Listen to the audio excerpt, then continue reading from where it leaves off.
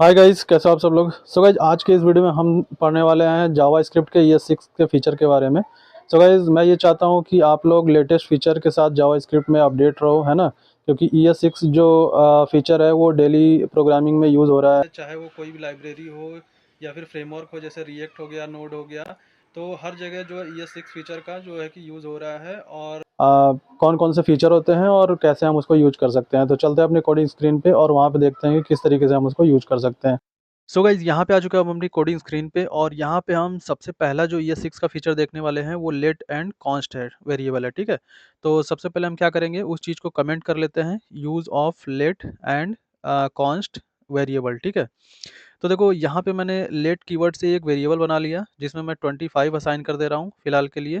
अब देखो उसी एज में मैं एक दूसरा नंबर भी असाइन कर रहा हूँ, ठीक है। और ये हमारा क्या है, अलाउ करता है, ठीक है। क्योंकि लेट के साथ जो भी हम ये बनाते हैं ना वेरिएबल, उसमें हम दूसरा वैल्यू असाइन कर सकते हैं, ठीक है। अब देखो यहाँ पे एज को मैंने क्या किया, कंसोल करा लिया, और मैं अपनी फाइल को node main dot G S को रन करता हूँ। देखो मेरा हमारा जो लेटेस्ट वाला 35 है वैल्यू, वो आ गया, ठीक है। ये सिर्फ लेट के साथ ही पॉसिबल है गाइज, ठीक है। उसके बाद देखो हम यहाँ पे दूसरा एग्जाम्पल लेते हैं कॉन्स्ट का, ठीक है। तो कॉन्स्ट के साथ क्या है कि ये चीज़ पॉसिबल नहीं है कि हम कॉन्स्ट वेरिएबल बना करके उसमें दूसरा कोई वैल्यू असाइन कर सके, ठीक है। अब देखो जैसे मैंने नेम नाम का बनाया, उसमें मैंने अपना नाम दे दिया, और नेम में मैं देखो दूसरा टाइप का ये रख रहा हूँ, ठीक है, वैल्यू रख रहा हूँ, नंबर, ठीक है। तो इसमें जब मैं रन करूँगा ना, तो देखो मेरे पास क्या आ रहा है, इशू आ रहा है कि असाइनमेंट टू कांस्टेंट वेरिएबल, और यहाँ पे टाइप एरर आ गया है ना। और देखो ये 35 नॉट अलाउड बता रहा है, ठीक है। लेकिन अब आप लोग ये कन्फ्यूज़न ना रखना कि स्ट्रिंग है तो आपने नंबर दिया था इसलिए नहीं ले रहा था। अब देखो मैंने स्ट्रिंग भी दे दिया, फिर भी जब मैं इस फाइल को रन कराऊँगा ना, तो मुझे सेम एरर देगा, क्योंकि एक बार कांस्टेंट वेरिएबल बनाने के बाद आपको उसमें अलाउड मतलब चेंज करने के लिए नहीं देता है कांस्टेंट के साथ, ठीक है। अब देखो गाइज़, मैं आप लोग को एक और चीज़ बताने वाला हूँ कि इसका स्कोप क्या-क्या है, ठीक है। तो स्कोप में जैसे क्या होता है, लेट और कॉन्स्ट जो होता है वो ब्लॉक लेवल स्कोप होता है। तो जैसे कि हम जो कर्ली ब्रेसेस के अंदर अगर कोई वेरिएबल डिक्लेयर किए हैं, ठीक है, तो वो उसी के अंदर ही एक्सेस कर पाएँगे, उस स्कोप के बाहर नहीं एक्सेस कर सकते, ठीक है। अब जैसे तो मैंने देखो कंसोल को बाहर प्रिंट कराया है, ठीक है, इस कर्ली ब्रेसेस के बाहर। तो क्या होगा कि ऐज तो अंदर है लेकिन ये बाहर है, तो जब मैं फाइल को रन कराऊँगा ना, तो देखो यहाँ पे लिखा है ऐज इज़ नॉट डिफाइंड, है ना? जो रेफरेंस एरर आ रहा है, और ये बोल रहा है कि ऐज इज़ नॉट डिफाइंड। तो सिंपल है, कोई प्रॉब्लम नहीं है। अब उसी अ, वे में हम देखो कॉन्स्ट को भी करेंगे, ठीक है? कॉन्स्ट के साथ भी हमारा ब्लॉक लेवल स्कोप है उसका भी। तो जब भी हम नेम को देखो बाहर प्रिंट करा रहे हैं ना, तो उसमें भी वो क्या करेगा, एरर देगा, सेम एरर कि वो रेफरेंस एरर है, ठीक है? रेफरेंस मतलब नेम इज़ नॉट डिफाइंड बता रहा है। अब सो गाइज़, यहाँ पे जो दूसरा ES6 का फीचर है वो है एरो फंक्शन, ठीक है। तो देखो यहाँ पे मैंने कमेंट आउट कर लिया यूज़ ऑफ एरो फंक्शन, ठीक है। तो गाइज़ देखो, जब भी हम सिंटैक्स की बात करें एरो फंक्शन की, तो वो थोड़ा-थोड़ा सिमिलर है जो है हमारा जो नॉर्मल वेरिएबल डिक्लेयर करते हैं वैसा, ठीक है। तो देखो हम नॉर्मल वेरिएबल में क्या करते हैं कि पहले एक कोई भी कीवर्ड लेते हैं, लेट वर कॉन्स्ट में से कोई भी कीवर्ड ले लेते हैं, और उसके बाद हम देखो कोई नाम से एक वेरिएबल बना लेते हैं। तो इतना बात आपको क्लियर हो गया? जैसे कि जैसे हम नॉर्मल वेरिएबल बनाते हैं, जैसे मैंने लगाया था const name is equal to Ashutosh, तो देखो यहाँ पे भी तो सेम ही है, const add is equal to, इसमें कोई वैल्यू असाइन कर दो। तो ये थोड़ा थोड़ा सिमिलर हो गया ना वेरिएबल की तरह। तो ऐसे ही हमारा जो है वो एरो फंक्शन भी डिक्लेयर होता है, ठीक है। तो अब देखो यहाँ पे नॉर्मल वेरिएबल में हम यहाँ पे कोई वैल्यू असाइन करते हैं, लेकिन जो एरो फंक्शन में हम लोग क्या करते हैं, यहाँ पे एक फंक्शन ब्रैकेट जो हमारा होता है उसको हम लोग असाइन कर देते हैं इस वाले वेरिएबल में, ठीक है। तो ये जो वेरिएबल है हमारा, वो क्या कर रहा है, 2 नंबर को सम करने वाला वेरिएबल है, जिसमें कि देखो मैंने 2 पैरामीटर पास कर दिया है, ए और बी। और इसको मैं क्या करूँगा, सिंपली एक एरो सिंबल बनाऊँगा, और एरो सिंबल बना करके यहाँ पे ए प्लस बी का जो रिज़ल्ट है उसको रिटर्न कर दूँगा। अब देखो गाइज़, यहाँ पे मैंने सिंपली एक ही लाइन में ए प्लस बी लिख दिया है, तो आप लोग कन्फ्यूज़ मत होना, क्योंकि देखो हमारे पास बॉडी में लिखने के लिए एक लाइन से ज़्यादा नहीं है, है ना? क्योंकि हमें सिर्फ़ ए प्लस बी को क्या करना है, सम कराना है और उसको रिटर्न कराना है। तो ये ऑटोमेटिक क्या कर देगा, उसको ए प्लस बी का जो सम है उसको रिटर्न कर देगा, ठीक है। तो सिंपली क्या करेंगे हम लोग उसके बाद कि लेट और एक रिजल्ट नाम से वेरिएबल बनाएंगे, और उस वाले फंक्शन को हम लोग सिंपली कॉल करेंगे, ठीक है। तो गाइज, कितना लोग इसमें ये भी कंफ्यूज रहते हैं कि जैसे हमारा ये एरो फंक्शन है, तो उसको हम लोग कॉल कैसे करेंगे। तो कॉलिंग के लिए भी आपका सेम वैसे ही है जैसे हम लोग नॉर्मल फंक्शन में कॉल करते हैं ना, वैसे ही है, ठीक है। तो देखो ऐड लिख लिया और उसमें एक फंक्शन ब्रैकेट बना दिया, और उस फंक्शन ब्रैकेट में हम लोग यहाँ पे 2 आर्गुमेंट पास कर दिया, 4 और 5, ठीक है। तो अब उसका जो रिज़ल्ट है 4 और प्लस 5 का, वो हमें 9 जो है कि रिटर्न करना चाहिए, ठीक है। अब देखो यहाँ पे मैंने एक कंसोल डॉट लॉग कर लिया और रिज़ल्ट को मैं यहाँ पे क्या करूँगा, प्रिंट कराऊँगा, ठीक है। तो सिंपली इतना करने के बाद गाइज़ देखो, आई होप कि आप लोग को सिंटैक्स तो समझ में आ गया होगा एटलीस्ट, है ना? कोई कॉम्प्लिकेटेड चीज़ नहीं है गाइज़। एरो फंक्शन, मैंने आपको बताया ना कि सेम एज़ अ वेरिएबल, इसको हम लोग जब भी किसी फंक्शन को ट्रीट करते हैं तो उसको आप एरो फंक्शन जो है कि बोल सकते हो, ठीक है। बस एरो फंक्शन में एक चीज़ एक्स्ट्रा होता है कि ये एरो टाइप का जो सिंबल है ना, वो आपको लगा रहता है वहाँ पे, ठीक है। तो इतना करने के बाद गाइस देखो, अब हम क्या करेंगे, अपने फाइल को रन करेंगे और node main.js, देखो हमारा रिजल्ट जो है वो 9 आ गया, ठीक है। अब देखो एक चीज़ मैं आपको और दिखाना चाह रहा था कि यहाँ पे जो a प्लस बी है वो तो डायरेक्टली रिटर्न कर दिया हमें बिना रिटर्न कीवर्ड के, ठीक है।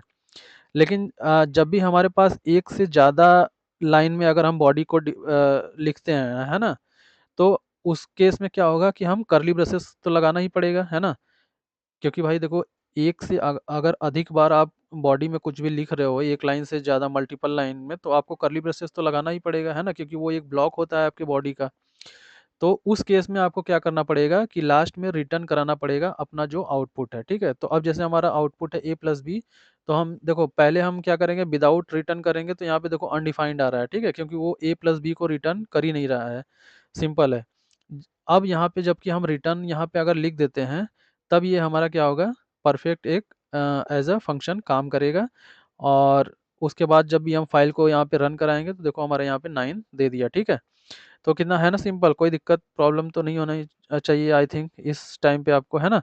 और उसके अलावा फिर गाइस देखो एक और सिंटेक्स है मेरे पास, जैसे कि मान लो कि कोई यूज़र है, वो एक आर्गुमेंट पास कर रहा है और उसको क्या चाहिए, अ, आप कह सकते हो कि स्क्वायर चाहिए उसको, ठीक है। ए इंटू ए कर दिया तो इसका मतलब कि उसका स्क्वायर चाहिए। तो सिंपली ये प्रोडक्ट रिटर्न करेगा हमारा ये फंक्शन, है ना? और इसमें देखो दो, क्या बोलते हैं, 2 पैरामीटर पास किया था हमने, अब यहाँ पे हमने एक ही पैरामीटर पास कर दिया a। और अब आप देखो कि इसमें एक और चेंजेस है कि हमने क्या हुआ, पैरेंथेसिस ब्रैकेट जो था हमारा, जो फंक्शन ब्रैकेट था, वो भी हमने हटा दिया, ठीक है। तो ये एक अलग सिंटैक्स है एरो फंक्शन का, ठीक है। तो इसमें आप कंफ्यूज नहीं होना। तो जैसे ही हमने ये फंक्शन ब्रैकेट हटा दिया, तो अब ये भी हमारा जो है कि काम करेगा, ठीक।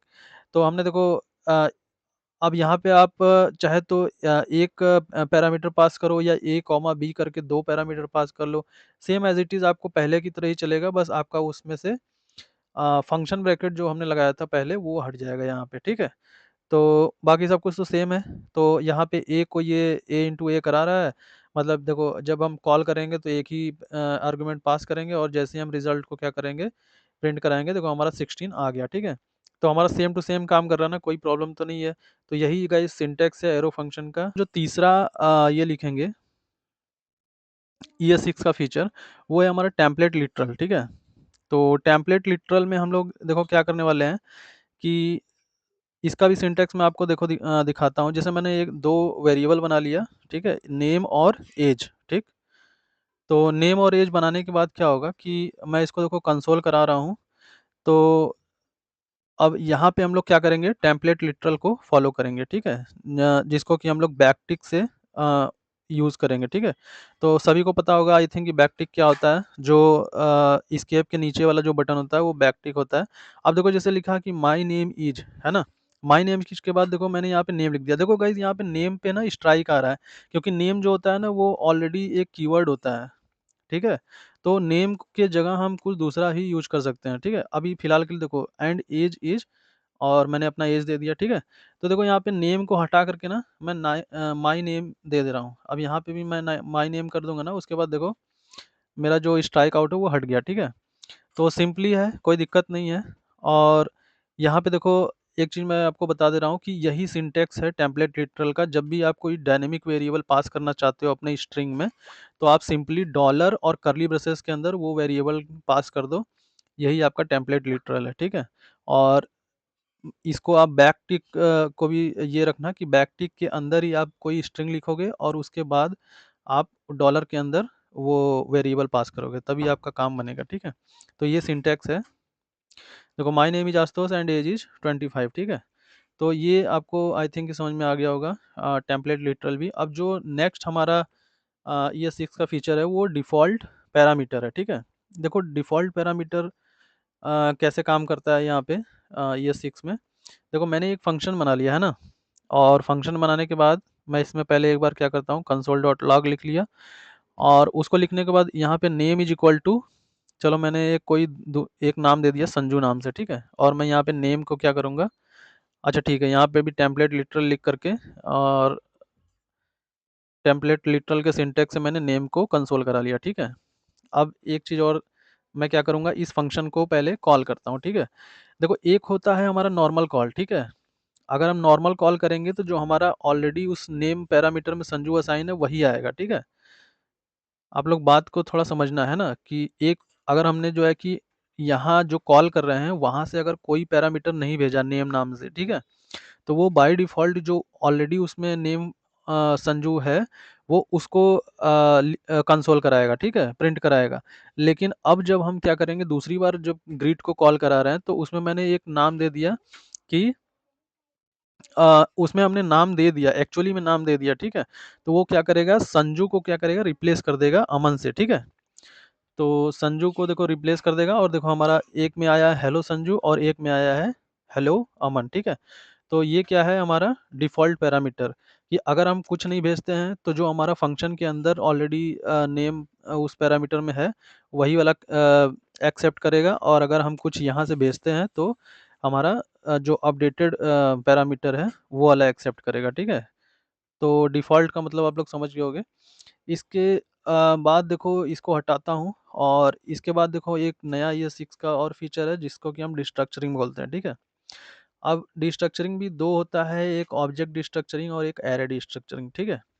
तो देखो ऑब्जेक्ट डिस्ट्रक्चरिंग और एरे डिस्ट्रक्चरिंग में पहले हम लोग ऑब्जेक्ट वाला देखेंगे। पहले देखो मैंने एक ऑब्जेक्ट बना लिया जिसमें मैंने एक की रखा है नेम, और उसके बाद मैं यहाँ पे एज लिखता हूँ, और एज के बाद मैंने इसमें एज असाइन कर दिया 25, ठीक है।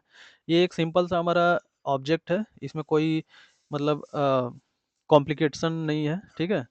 तो और फिर उसके बाद देखो क्या करूँगा, कि मैं अब डिस्ट्रक्चर करने वाला हूँ इस ऑब्जेक्ट को, ठीक है। तो देखो डिस्ट्रक्चरिंग के लिए सबसे पहले हम क्या करते हैं, एक वेरिएबल बनाते हैं, ठीक है। क्योंकि जो डिस्ट्रक्चरिंग में जो वेरिएबल यूज होता है वो भी एक वेरिएबल होता है, इसलिए हम जो है कॉन्स्ट से उसको जो है कि पहले एक कॉन्स्ट कीवर्ड से उसको इनिशियलाइज कर देते हैं, ठीक है। तो आप देखो कि जैसे मैंने कॉन्स्ट लिखा, अब ये हमारा क्या है, ऑब्जेक्ट डिस्ट्रक्चरिंग है, तो हमने कर्ली ब्रेसेस लगाया, ठीक है। यहाँ पे देखो एरे ब्रैकेट नहीं लगाया, यहाँ पे कर्ली ब्रेसेस लगाया, क्योंकि हम ऑब्जेक्ट को डिस्ट्रक्चर कर रहे हैं। तो देखो इतना करने के बाद ना, देखो अब जैसे जो हमारा ऑब्जेक्ट के अंदर जो हमारा नेम है, ठीक है, जो यूज़र ऑब्जेक्ट के अंदर जो हमारा नेम और एज है, यही जो की है, अगर हम इसको इसमें पास कर देते हैं अपने डिस्ट्रक्चरिंग वाले वेरिएबल में, तो वो उसको कंसिडर कर लेगा, और जब भी हम नेम को कॉल मतलब प्रिंट कराएंगे तो हमें वो उसका वैल्यू उठा करके देगा, ठीक है।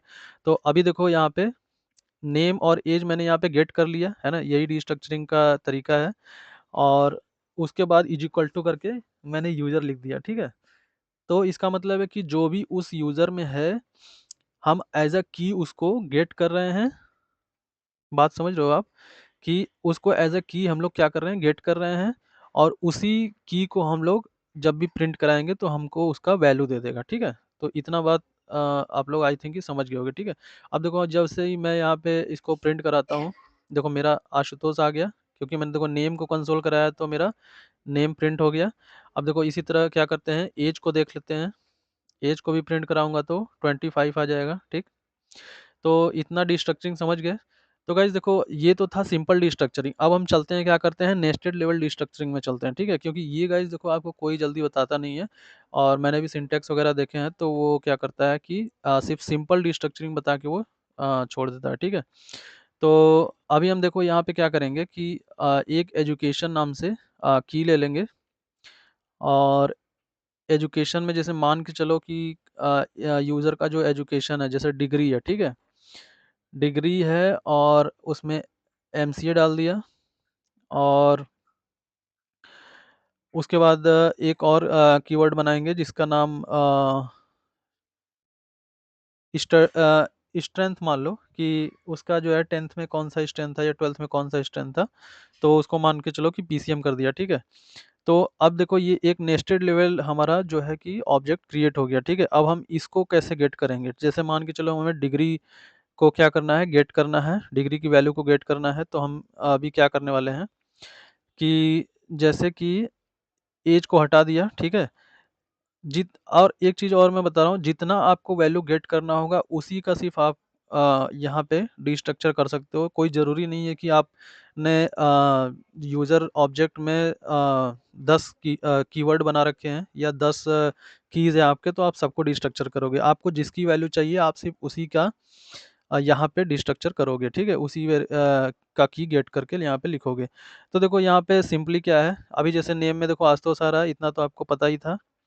अब उसके बाद देखो मैं जब इस डिग्री को क्या करूँगा, गेट करने का ट्राई करूँगा ना, तो ये तरीका देखो क्या है, गलत है ना। अब जब मैं यहाँ पे इसको ये करूँगा तो रन करूँगा तो देखो अनडिफाइंड आ गया, ठीक है। क्योंकि देखो डिग्री जो है वो डायरेक्ट तो गेट नहीं हो सकता है ना, क्योंकि वो एजुकेशन के अंदर है। तो हमें क्या करना पड़ेगा, एजुकेशन को भी डिस्ट्रक्चर करना पड़ेगा। तो एजुकेशन के अंदर हम कर्ली ब्रेसेस के अंदर हम क्या करेंगे, डिग्री देंगे, ठीक है। तो एजुकेशन के अंदर देखो हम लोग एजुकेशन, फिर उसके बाद ये कॉलन दे दिया और कर्ली ब्रेसेस के अंदर क्या कर दिया, डिग्री दे दिया। अब ये क्या हुआ कि प्रॉपर जो है डिस्ट्रक्चर्ड हो चुका है। तो जब भी हम क्या करेंगे, डिग्री को प्रिंट कराएंगे तो हमारा जो है डिग्री यहाँ पे दे देगा, ठीक है। देखो डिग्री यहाँ पे आ गया ना एमसीए। और इसी तरीके से स्ट्रेंथ को भी देख लेते हैं, है ना। कॉमा करके अगर हम स्ट्रेंथ को भी देखते हैं तो हमारा स्ट्रेंथ भी यहाँ पे प्रिंट हो जाता है, ठीक है, पीसीएम करके, ठीक। तो ये था हमारा ऑब्जेक्ट डिस्ट्रक्चरिंग, ठीक है। अब हम क्या देखने वाले हैं, एरे डिस्ट्रक्चरिंग। तो एरे डिस्ट्रक्चरिंग में भी देखो मैंने एक एरे पहले बना लिया, जिसमें एक मैं वैल्यू रख लूँगा 10, 20 और 30, ठीक है। इतना रखने के बाद कॉन्स्ट, एक देखो डिस्ट्रक्चरिंग जैसे हम लोग ऑब्जेक्ट का किए थे उसी तरीके से एरे का भी करेंगे। लेकिन ऑब्जेक्ट डिस्ट्रक्चरिंग में हम लोग ऑब्जेक्ट में कर्ली ब्रेसेस लगाते हैं और यहाँ पे क्या लगाते हैं, बिग ब्रैकेट यहाँ पे लगाते हैं, ठीक है। तो बिग ब्रैकेट के अंदर जैसे मान के चलो हमारे पास 3 वैल्यू है, ठीक है, 10, 20 और 30। तो हमने यहाँ पे 3 वेरिएबल दे दिया, जैसे ए, बी और सी, ठीक है। अब हर एक वैल्यू के लिए अ, हर एक मतलब जो वेरिएबल है, ए के लिए 10 असाइन हो गया, बी के लिए 20 असाइन हो गया और सी के लिए 30 असाइन हो गया। और हम उसको इज इक्वल टू करके एरे को इसमें डिस्ट्रक्चर कर देंगे, ठीक है। तो ये सिंटेक्स है, आप लोग एक बार ध्यान रखना। अगर इस तरीके से आप लोगों ने सिंटेक्स समझ लिया तो आपको डिस्ट्रक्चरिंग आ जाएगी, ठीक है। तो अब इतना मैं करने के बाद देखो मैं कंसोल करा रहा हूँ किस चीज़ को, ए को, ठीक है। ए को अगर कंसोल कराता हूँ तो मुझे क्या आता है, रिजल्ट में 10 आता है। उसके बाद इसी तरीके से देखो मैं बी को भी कराता हूँ तो बी के बाद 20 आता है, ठीक है। तो हर एक वैल्यू के लिए उसका हर एक वेरिएबल के लिए उसका एक वैल्यू असाइन हो जाता है, यही है हमारा, ठीक है। अब देखो हम लोग नेक्स्ट ES6 का फीचर देखने वाले हैं, स्प्रेड ऑपरेटर, ठीक है। और ये भी एक इम्पॉर्टेंट फीचर है गाइज, स्प्रेड ऑपरेटर, है ना, ES6 का। और बहुत ही ज़्यादा यूज़ होने वाला है, ठीक है। तो यहाँ पे देखो सिंपली मैंने अभी फिलहाल के लिए एक एरे प्रिंट कराया तो हमें 10, 20 और 30 वैल्यू उसकी मिल गई, ठीक है। अब देखो जैसे एक इस एरे और मैं बनाता हूँ, एरे 2। और इसमें मैं क्या करता हूँ, देखो मुझे क्या करना है कि जो एरे 1 है, जो एक एरे है नाम का वेरिएबल है, ठीक है, उसमें क्या करना है, हमें 2-3 वैल्यू और जो है ऐड करनी है, ठीक। इतना बात समझ में आ गया। हमारा जो रिक्वायरमेंट है कि एरे के अंदर जो पहला वाला एरे है हमारा ARR, उसमें हमें 2 और 3 वैल्यू जो है और ऐड करनी है। तो उसमें 10, 20, 30 तो और है ही, मैं चाहता हूँ 40 और 50 भी ऐड हो जाए। तो उसके लिए देखो हम क्या करेंगे, स्प्रेड ऑपरेटर का यूज करेंगे। तो ये जो 3 डॉट देख रहे हो गाइज, यही जो है आपका स्प्रेड ऑपरेटर है, ठीक है। डॉट डॉट डॉट और उसके बाद एरे। अब ये स्प्रेड ऑपरेटर करता क्या है पता है, ये स्प्रेड ऑपरेटर ये करता है कि जो 10, 20, 30 जो भी ARR में जो भी वैल्यू है ना, उस वैल्यू को क्या करता है, एरे से बाहर लेकर के आता है ना। जैसे डॉट डॉट डॉट एरे अगर लिख दिया हमने तो वो 10, 20, 30 को क्या किया, एरे के बाहर लेके आ गया, वो अब एरे में नहीं है, ठीक है। तो आप लोग ये समझ के चलो कि जहाँ डॉट डॉट डॉट एरे लिखा है वहाँ पे अब हमारा 10, 20 और 30 हो गया, ठीक है। और उसके बाद कॉमा करके मैं इसमें क्या करूँगा, देखो 40 और 50 दो वैल्यू और डाल दे रहा हूँ, ठीक है। तो इतनी बात समझ में आ गई। और एक जो सबसे लास्ट में जो ब्रैकेट हमने लगाया है, ठीक है, एरे ब्रैकेट, इसका मतलब है कि वो एक और ब्रैकेट में आ गया, ठीक है। तो इतना बात आई थिंक कि आपको क्लियर हो गया होगा कि जब एरे 2 में हम एक एरे बना करके और उसमें क्या कर रहे हैं, एक जो पहला वाला एरे है उसको जो है कि उसकी वैल्यू को यहाँ पे पास कर रहे हैं और उसके बाद 40 और 50 हम एक और वैल्यू दे दे रहे हैं, ठीक है। तो इससे हमारा क्या होगा, एक नया एरे बन कर के क्रिएट हो जाएगा, एरे 2। और जब भी हम एरे 2 क्या करेंगे, प्रिंट कराएंगे, तो हमारे यहाँ पे क्या हो जाएगा, देखो 10, 20, 30 और 40 और 50 उसमें और ऐड हो गया, ठीक है, ये वाला। तो अब ये तो एक यूज केस है, ठीक है। इसके अलावा भी आप चाहे तो और भी इसका यूज केस बना सकते हो। तो अभी फ़िलहाल के लिए सिर्फ़ आपको समझना ज़रूरी है। यूज केस तो जब आप समझ जाओगे तो अपने आप बन जाएगा, ठीक है। तो इतना काम करने के बाद अब देखो यहाँ पे मैं एक और कमेंट कर देता हूँ कि हाँ, out array element from the array, ठीक है।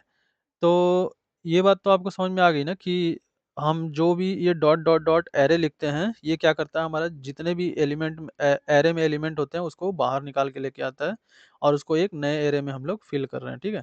अब देखो यहाँ पे क्या है कि इसी तरह हम स्प्रेड ऑपरेटर में हम जैसे, ये तो हमने एरे के लिए देखा, ठीक है। अब हम क्या करेंगे, ऑब्जेक्ट के लिए देखेंगे, ठीक। देखो एक मैंने ऑब्जेक्ट बना दिया यूजर नाम से, उसमें नेम आशुतोष, और उसके बाद क्या हुआ कि देखो सेम एज इट इज जैसे मैंने स्प्रेड ऑपरेटर एरे के लिए किया था, उसी तरीके से मैं ऑब्जेक्ट के लिए भी करूँगा, ठीक है। तो जैसे मेरा एक यूज़र नाम का ऑब्जेक्ट है, उसमें डॉट डॉट डॉट एक नया एरे मैंने बनाया, न्यू यूज़र, और उसमें मैंने क्या किया, डॉट डॉट डॉट यूज़र रख दिया, ठीक है। तो जो भी उस ऑब्जेक्ट में यूज़र नाम के ऑब्जेक्ट में जो भी हमारा वैल्यू है, की और वैल्यू, वो जो है यहाँ पे बाहर आ जाएगा, ठीक है ना। ऐसे जैसे एरे काम कर रहा था ना, इसी तरीके से सेम हमारा ऑब्जेक्ट के लिए भी काम करेगा, ठीक है। अब देखो यहाँ पे मैंने क्या कर दिया, एज नाम का एक और जो है उसमें की हम क्या किए, असाइन कर दिए, जिसमें हमने वैल्यू को 25 रखा। अब देखो यहाँ पे एक छोटा सा एरर आ रहा है, तो उस एरर को हम देखते हैं। पहले हम देखो यहाँ पे ये वाला सही कर लेते हैं, ऑब्जेक्ट वाला, है ना, कि देखो अब यहाँ पे मिस्टेक पता है क्या हुआ था, क्योंकि हमने यहाँ पे एरे वाला ब्रैकेट यहाँ पे रखा था, हमें यहाँ पे रखना था ऑब्जेक्ट वाला ब्रैकेट। अब देखो यहाँ पे कोई भी इशू हमारा नहीं आ रहा है, एरर सॉल्व हो चुका है। तो यहाँ पे भी मैं ऑब्जेक्ट कर देता हूँ। तो सिंपली देखा आपने कितना आसान है, जैसे हम एरे के लिए करते हैं वैसे ही ऑब्जेक्ट के लिए भी कर रहे हैं, ठीक है। अब इसको क्या करेंगे, फाइल को फिर से हम रन कराएंगे और देखो हमारा एक तो हमारा जो पहले यूज़र में वैल्यू था, मतलब की और वैल्यू था नेम, नेम आशुतोष, और उसमें हमने एक और वैल्यू की और वैल्यू ऐड कर दिया, जिसको कि हम एज देख रहे हैं, ठीक है। तो ये सिंपल था। सो गाइज यहाँ पे जो हमारा नेक्स्ट ये 6 का फीचर है वो है हमारा रेस्ट ऑपरेटर, ठीक है। तो उसमें क्या करेंगे, हम लोग सिंपली पहले एक फंक्शन को क्या करेंगे, डिक्लेयर कर लेंगे, ठीक है। जैसे मान के चलो हमारा ऐड नाम से एक क्या है, फंक्शन बना दिया हमने, ठीक है। ये एक नॉर्मल फंक्शन है। तो इतना करने के बाद गाइज हम क्या करेंगे, अपना रेस्ट ऑपरेटर को यहाँ पे लिखेंगे, ठीक है। तो कैसे लिखेंगे रेस्ट ऑपरेटर को, देखो यहाँ पे भी हम डॉट डॉट का यूज करते हैं, ठीक है, 3 डॉट का, जैसे हम लोग स्प्रेड ऑपरेटर में किया था ना, उसी तरीके से हम रेस्ट ऑपरेटर में भी 3 डॉट का यूज करते हैं, ठीक है। और उसके बाद हम लोग क्या करेंगे, आर्ग नहीं, इस यहाँ पे नंबर्स में दे देता हूँ, ठीक है। अब यहाँ पे देखो जैसे कंसोल डॉट लॉग करा करके मैं इस नंबर को क्या कर लेता हूँ, प्रिंट करा लेता हूँ, ठीक है। तो देखो गाइज कितना सिंपल है। अब ये हो गया हमारा नंबर्स, इसको कंसोल करा लिया। अब देखो गाइज जो ये जो हमारा रेस्ट ऑपरेटर है ना, वो यहाँ पे एक अच्छा काम ये करेगा कि मान के चलो कि आपके एक पास एक फंक्शन है, ठीक है। कोई फंक्शन आप कॉल कर रहे हो, या कोई दूसरा कॉल कर रहा है, आपको ये नहीं पता है कि वो इसमें से कितने आर्गुमेंट पास कर रहा है, ठीक है। जैसे मान के चलो कि कोई एक फंक्शन कॉल हो रहा है दूसरे के द्वारा, उसमें जो है कि एक आर्गुमेंट भी वो पास कर सकता है, 2 आर्गुमेंट भी पास कर सकता है, 3 आर्गुमेंट भी पास कर सकता है, ठीक है। तो ये आपको नहीं पता है, तो आप सिंपली क्या, जब उसको गेट करोगे ना, तो वहाँ पे आप रेस्ट ऑपरेटर का यूज कर सकते हो, ठीक है। अब जैसे यहीं पे देख लो कि जैसे मैं इस फंक्शन में क्या कर रहा हूँ, एक से अधिक, 1 2 3 4 5, देखो मल्टीपल टाइम्स मैं यहाँ पे आर्गुमेंट पास कर रहा हूँ, ठीक है। क्योंकि देखो अगर नॉर्मल फंक्शन हो, नॉर्मली आप कैसे फंक्शन में जब आर्गुमेंट भेजते हो तो उसको आप गेट कैसे करते हो नॉर्मली, कि जैसे आपके पास 5 यहाँ पे जैसे आर्गुमेंट पास कर रहे हो तो आपको 5 बार 5 वेरिएबल वहाँ पे बनाना पड़ता है, ठीक है। जहाँ पे आप डॉट डॉट डॉट नंबर लिखे हो, उस पैरामीटर के अंदर आपको 5 बार कोई वेरिएबल डिक्लेयर करना पड़ता, और फिर उस अलग-अलग उस वेरिएबल को आप जो है कि गेट कर पाते, है ना? इस अलग-अलग नंबर को उस अलग-अलग वेरिएबल से आप गेट कर पाते। तो ये सिस्टम था, ठीक है? लेकिन जब हम यहाँ पे देखो रेस्ट ऑपरेटर लिख देंगे ना, तो वो क्या करेगा, ऑटोमैटिक उस आपके जो आर्गुमेंट जो आप पास कर रहे हो उस फंक्शन को कॉल करते वक़्त, वो आपको क्या कन्वर्ट कर देगा, उसको एक एरे में कन्वर्ट कर देगा। और जैसे ये अब देखो यहाँ पे जैसे 6 लिख दिया, तो यहाँ पे देखो 6 बार यहाँ पे 6 नंबर हमारा एक एरे में आ गया, ठीक है। तो यहाँ पे है ना ये सिंपल कितना, और मतलब कितना यूज़फुल है कि आप उसको ऐसे यूज़ कर पा रहे हो, ठीक है। तो गाइज़ ये ES6 के सारे फीचर्स थे, और वीडियो आपको अच्छी लगे तो प्लीज़ वीडियो को लाइक कर देना, और चैनल पे नए हो तो सब्सक्राइब कर लेना, और बेल आइकन दबा लेना ताकि इस तरीके का अपडेट आपसे मिस ना हो, ठीक है। तो मिलते हैं नेक्स्ट वीडियो में। Thank you so much.